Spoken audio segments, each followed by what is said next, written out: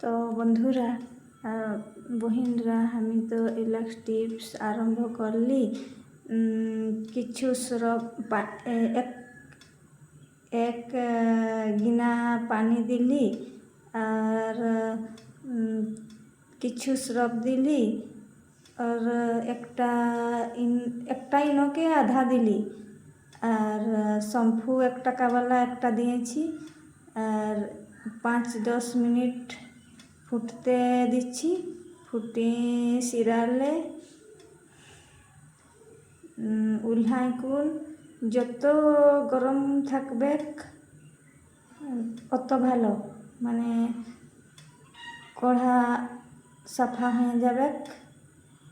আমার অল্প কম সময় ভিতরে কাম পুরা সাফা হবে। আমি এই লেখেন কিছুদিন বাদে একই থরে সাফা করি, দিন আমি করি নাই, আমার সময় নাই।